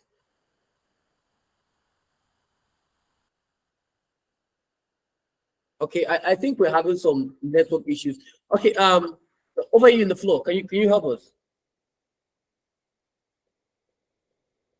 Disadvantages of using direct changeover over the parallel. It's simple. There's no backup. So if this new system fails, let's call it a day. Because there's no backup, right? That is number one out of the spin, right? So there's no backup, right? And then again, another disadvantage that we can actually look at is the case that staff have to be trained, right, in using the system. So there may not be enough time to actually train the staffs, unlike the power that gives enough time for the staffs to actually, to make it possible to train them gradually. Okay. And then again, let's look at now. They said in your answer, name the methods. Okay, you would use, give reason for my choice. For me, I would choose the direct changeover. Now, why would I choose the direct changeover for a school? You have to look at the size of the organization. Now, using power is going to cost more. Let's say Tower High School. That's a high school, right? And if you know Tower in the UK, you know that I don't think this guy they have money for power because two systems. Okay, you have to look at this. Maybe a big tech company, you could say, but it's a high school. The least they can do is just a direct changeover. What could actually go wrong? So, what are the reasons for my choice? The reason for my choice will be that the system will be fully implemented, right? It will be fully implemented, and then there could be a data clash, right, with two operating systems at the same time. So this is the reason why the data direct changeover is because now there's no two data clash. You're not clashing. You're just bringing the old system, the data from the old one, and there are various ways in which you can transfer. Remember that various ways in which you can transfer. It is a system life cycle, and I'm just going to show you real quick before you exit to your physics class. I think it's under implementation. Yes, under implementation. Yes, this is it right here. So data, they need to train staff on a new system. Transfer of data can be done with scanning in documents, keying data, downloading files to the new database, right? Yeah, as much as possible. Okay, so that. Okay. And then again, another reason I can give you the fewer staff is a high school. So you don't have enough hands. So fewer staff, right? To run fewer staffs, okay, in the school, they may find it difficulty in running both systems. So for me, the direct changeover helps me. Data is implemented, right? And that solves my issue. Okay. All right. The next question is, but if you choose the parallel running, that gives enough time for staff to be trained, data can be duplicated. So whichever one, there are no wrong answers. There are no wrong answers. It's your points that will convince the examiner. Okay. Describe 4 advantages of using computerized timetabling system. Now, timetabling system, you find it under timetabling system is still within. It's in second edition. This is second edition, but it's under the computerized system. Now, when we talk about computerized timetabling system, we're talking about your ability to create a timetable using programs. What are the advantages? Now, as a tutor, right, who's been in charge of setting up timetable, will tell you that using these timetable planners, I think I have one. Do I have one? Yes, this is the one I have. ACS timetable. It helps me to plan my timetable. Do you wish to check it? No, I don't wish to check. Just now look at it. This is a good example of the timetable. I can plan my timetables. Okay. I can set up timetables for the school, and it's quite easy. Okay, all I have to do is go to timetable, right? And first of all, I'll click on file and then click on new. Now it shows me what's the name of the school, Edward College. Show you how we used to create timetable. Okay, periods per day. What are the periods you have? You have 7 periods. Abi? Then I now start putting the subjects. What are the subjects you're offering? In the subject you're offering, how many periods? For ICT, 3 periods. For year 10A, I will do for year 10A first. And it's going to just put it. So what are the subjects? ICT 3 periods, math 3 periods, English 3 periods, D and T 2 periods. Abi? Chemistry, D and T 3 periods. Chemistry, how many periods? Physics. But they merge it together with other classes as well. So I will put all the numbers of periods in subject period. Once I have done that, the computer will just computerize it. And I will give it with color code. That's why if you check your time, we see color codes. I give it to, I'll say, okay, ICT, blue, chemistry, red. No, chemistry, yellow, chemistry is fine. Biology, red zone. Right? Mathematics, green. English, no color. Right? Okay. And just give it color, and before you know, it's going to computerize it. Now, what are the advantages? Number 1, it is very quicker to find classes. Okay, within the time table, you can find classes. So if there's classes going to show that this one is clashing with this, do you want to change it? Yes, I want to change it.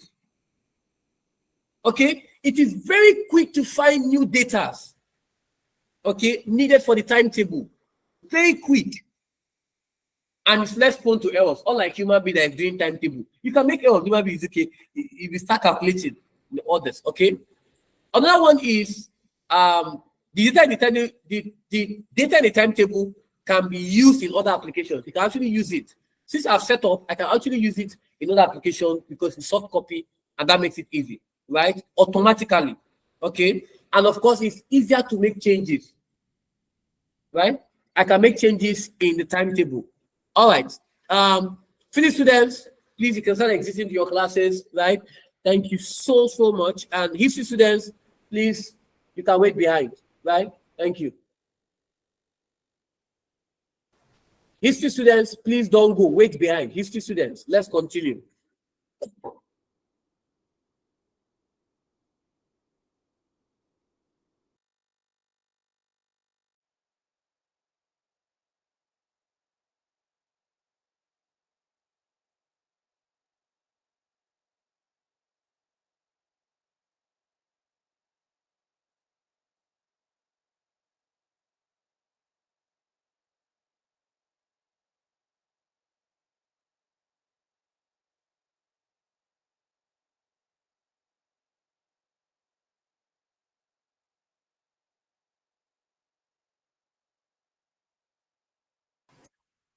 Okay, so the physics students have left, so that's just history, right?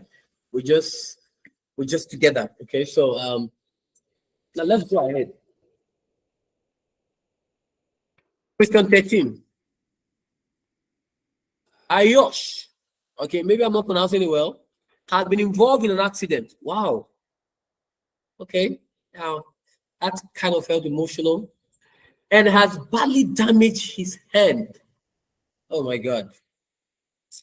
Okay. That's too graphic, but I don't want to picture it. Don't picture it, right? A surgeon is attempting to replace Ayosh's hand. Oh, with a prosthetic hand. Explain how the surgeon would use a 3D printer to create the prosthetic hand. Now, 3D printers is now used. This is ICT application, right, in medicine, using a 3D printer. Chapter 6 in the textbook. Now, what happens? This is what the surgeon will do. The surgeon is going to scan the hand using what we call I'm not a medical person, but I will try. Using what we call MR scanner or an X-ray. Let me show you what it does. MRI scanner. I want to show you this how it does. Now this is how the scanner works. Can you see that? Let me show you pictures. Good. It's MRI, right? You can see that the person will put the person can put the hand there, right? Or they put the person inside the machine, and the person is going to scan, right? Now the 3D, the next thing is the 3D digital copy is made. They will put the both hand, right? It will scan this, and they will now create a duplicate of this. Now the digital copy is now the 3D digital copy is now made of what? That injury hand. Because when it scans this, I want to show you guys to scan hand.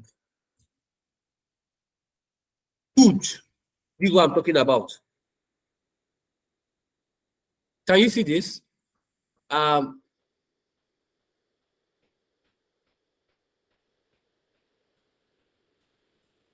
Perfect. This is it here. The person will put his hand. Okay, where did that picture go to? Okay, don't shoot my. Okay, the person will put his hand and he's going to scan it. Now, a 3D digital copy is now made of that injury hand.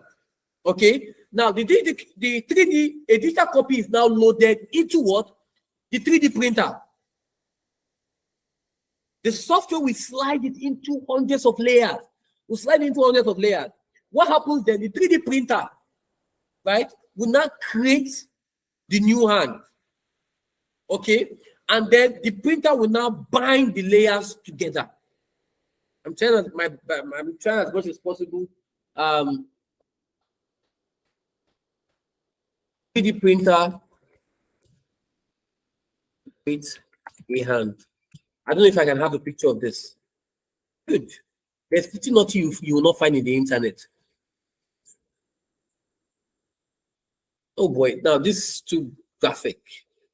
That's why I don't like biology. Okay. Right, something like now. This is what the printer. This is a good example of the 3D printer, right? A good example of how the 3D printer works.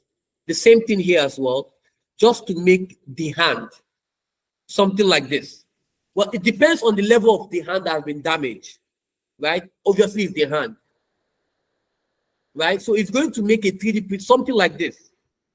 Okay. Then the new hand is now what compared to the other hand? Is it the same thing?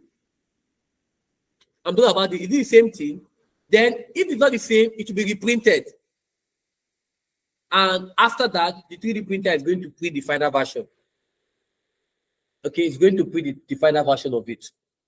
Okay. Let's go back to the next question. Question 14. A student has handed in her homework. One of the incorrect answers she gave was that encryption could be used to stop an unauthorized person accessing a computer system.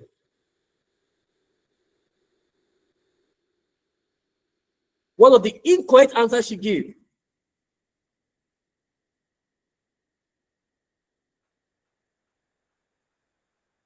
Encryption could be used to stop an unauthorized person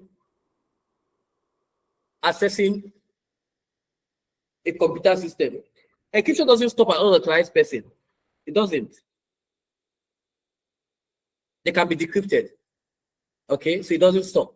Now, explain what is meant by encryption and why it is used. How many marks is it? 4 marks. So let's see how we can answer that.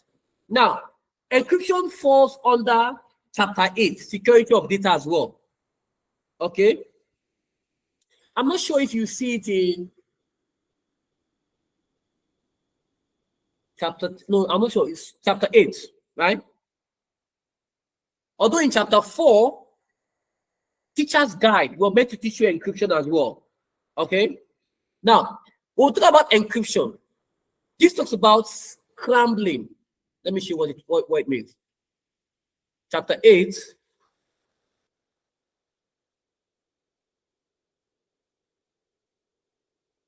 Encryption.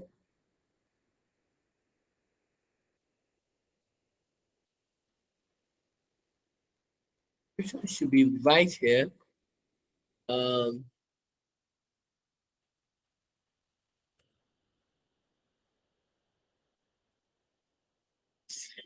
Yes, encryption is right here, right? So is what? Is a secret key that has the capability of what? Altering the characters in a message. So it uses a secret key that has the capability of what? Altering the characters in a message. Which makes it what? Unreadable. Unless the recipient also has what? The secret key. Right? So invariably it is what? Encoding of data. And it uses what we call the encryption key, or what? They said the key used to encrypt or decode the message is known as what? Encryption key.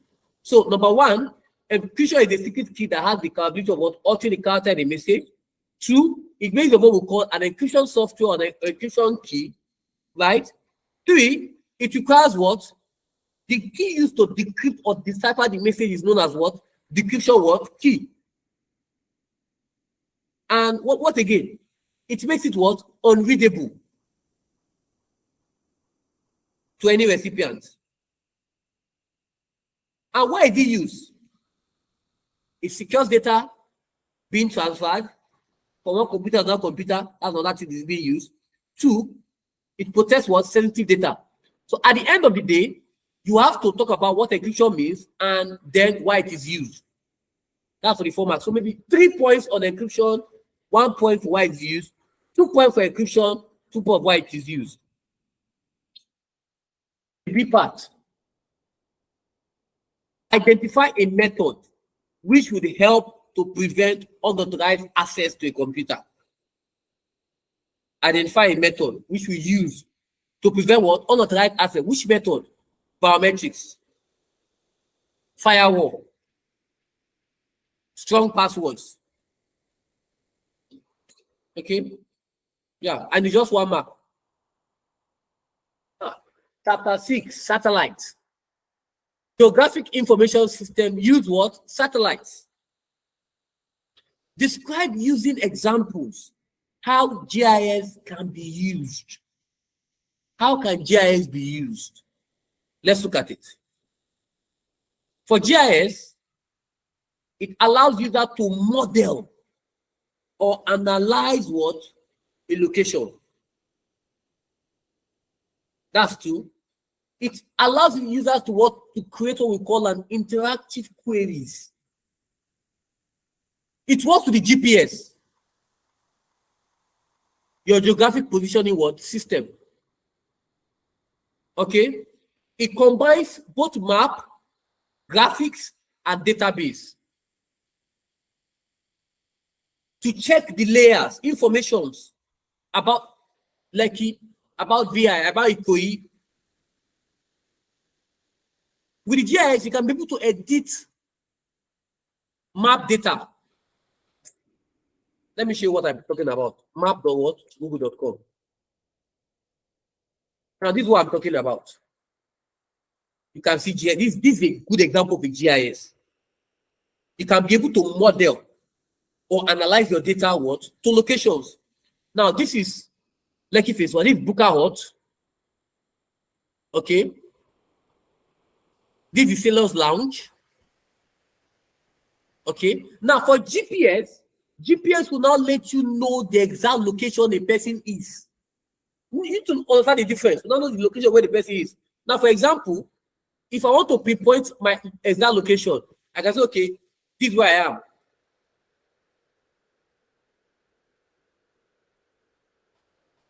There is a place called what? What is this place? Lekki Heights is a hotel. Now, it gives you an information. And you as an owner, you can be able to edit. Say, no, my organization, my hotel is not here. My hotel is here. And you can be able to add it to it. Okay? And that is what GIS can do. It combines both map, graphics, and database. You can choose how you want it. And I say, okay, I want it like this. Model it like this for me. Or more, we have where we can show imagery. This is for show imagery.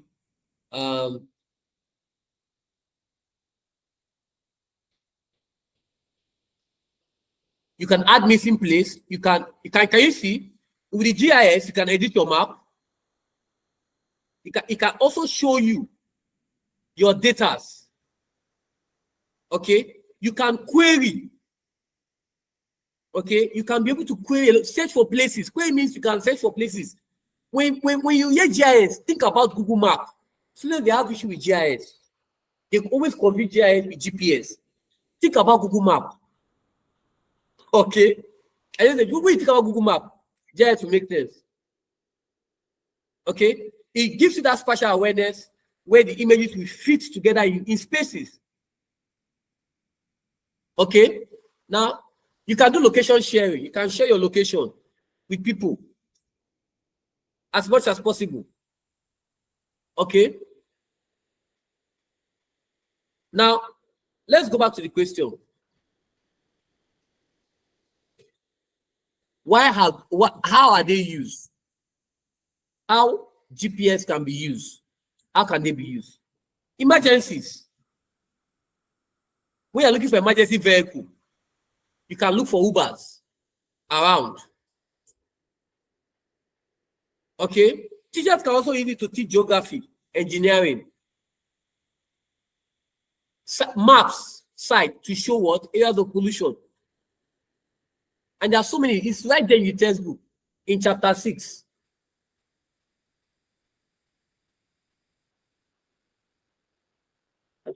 Okay, look at it here. Can you see? This is exactly what I'm talking about. Now, example of the uses: emergency service. Teachers can use it, biologists and environment to protect animal life. Crime mapping, you can use it. You can use this to check where the criminal could be. If you watch all this FBI, you use map to say, okay, the criminal is around here. Okay. All right. It can also be used for monitoring. Okay. And a lot of things.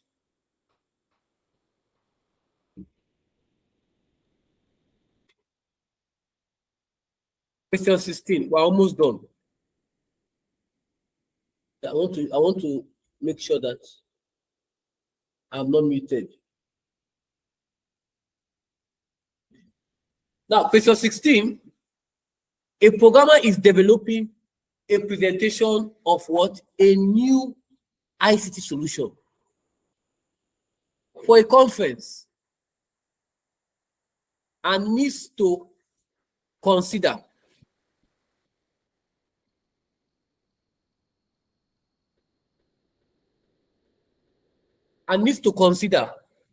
the audience. Using example, explain why presentations and ICT solutions have to take into account the type of what? Audience. The type of audience. Let's look at it. Now, what are those type of audience?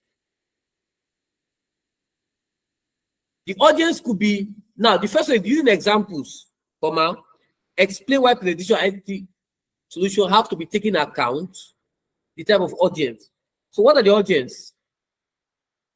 The audience could be young, they could be older, adults, they could be teenagers. In fact, we have them as, if you check chapter 9, take chapter 9 in the textbook,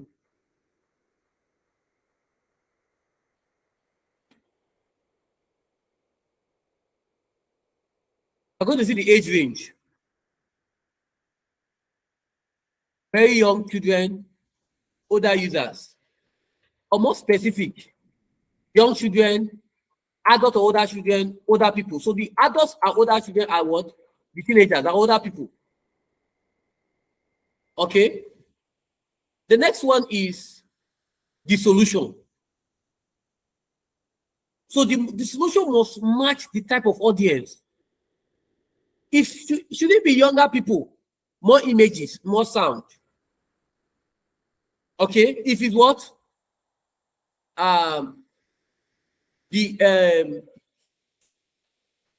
If it's this other one, older for adults or what? Adult or older children, what do you now use? More words. Okay. Now, although the audience experience will be greater, that's another one. Okay. Audience of expert would expect what? More from what? A solution. And there's more explanation needed to someone who is not an expert. Okay. So these are the things you have to what? Look at. Now, if it's more content is needed for what? Younger for what? The young children, which is what? Which is, if you look at it, they are what? They are the young children, adults and older children, and then we have what? The older people. So if it's for young children, more explanations, right, are also needed as much as possible. Okay. Let's look at this, the B part. Programmers is concerned that the software used for the presentation will be copied by these participants during the what? Conference. Describe how the software could be protected from what? Illegal copying. Now, we just go straight to the point for this, because we have talked about illegal copying. Now, illegal copying is also in chapter 9. We'll talk about legislation and illegal copying. Now, what are the things? Part of the software that I use, let me show you. You see under copyright. Software copyright and what? Piracy. So what are those things? Part of the software that are stored in logo for activation. It can only run with what? CD or memory stick attached. Right? Product keys are used to enter to finish the installation. Okay. The system will also check for what? Duplicates as much as possible. Okay, so this describes how this can be protected from what? Illegal copying. Okay. Also, part of the software are stored with what? Memory stick, like I've said. And logo will need to be attached. 17. The simplest of them all. Chapter 5. Talking about the health risk. With reduced strain injury. Reduced strain injury comes with continuous typing, the use of what? The keyboard and what? Mouse. Describe what ROSI and what causes it. ROSI is what? Damage to your fingers or your wrist. Abi? Look at it. You see it in chapter 5 of the textbook. Under the health risk.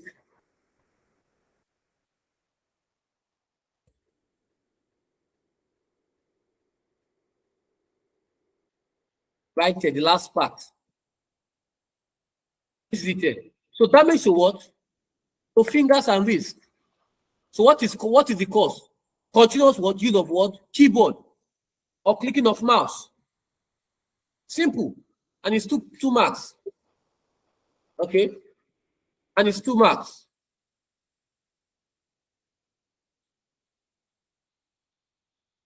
Okay, and it's 2 marks. Take 2 strategies for preventing RSI. What are the strategies? Regular breaks. When you are typing too much, take regular breaks. Use an ergonomic keyboard or ergonomic mice. Okay. Another one is use the wrist rest. Okay. Ensure what? Use voice activated software. Instead of typing too much, you can use voice activated software. Simple.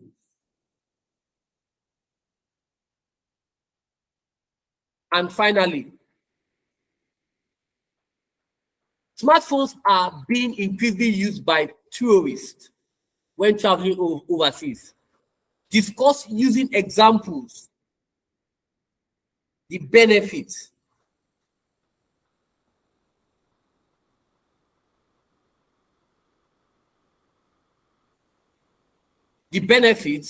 and drawback of the use of smartphones. By when I just asking you the use of smartphones, first for one, this you see it in chapter 5, chapter 1 of the textbook. Okay, chapter 1 of the textbook, talking about chapter 1 of the textbook, which is the topic of types and what components of what the computer system. Now, the use of smartphone, tablet, and phablet is the same thing. It's the same thing. Okay, so what we always use this for, they can use it to take pictures. That's the benefit. Okay, they can use it. Another thing is that of the use of smartphone by tourists. Okay, the benefit is they can use it to make calls without even any form of line. Use it to make calls. They can take videos. Okay. They can what? Look up information. They can make research on where they are. Remember, you have to answer it in relation to the question. They are tourists. They can find information on the Google map about what? Accommodations. They can make bookings in hotels. Okay. They can use that sat navigation to look, to pinpoint locations of where they are in case they are lost. Then what are the drawbacks? The phones can be stolen. Smartphones can be stolen. Charging of their smartphones can pose a difficulty. You can maybe type C, you can maybe not type B or whatever. So charging may actually be a problem. Then if you are making calls, the cost of international calls can be high. Okay. Then the next one we'll look at is what? Loss of signal. You can be in a place where there is no signal. Remember, it's a smartphone. Within what? A smartphone of up to 5-inch. Okay, it's difficult to read. The battery life of a smartphone is not long, so you need to always recharge it. That's a drawback. And how many marks is it? 8 marks. So that's 4-4 or 5-3. Okay. You can have distraction when you are using smartphone at the tour. You're not paying attention, you can be distracted. I think that's all. And with that, we have come to the end of the class. Okay. Thank you very much.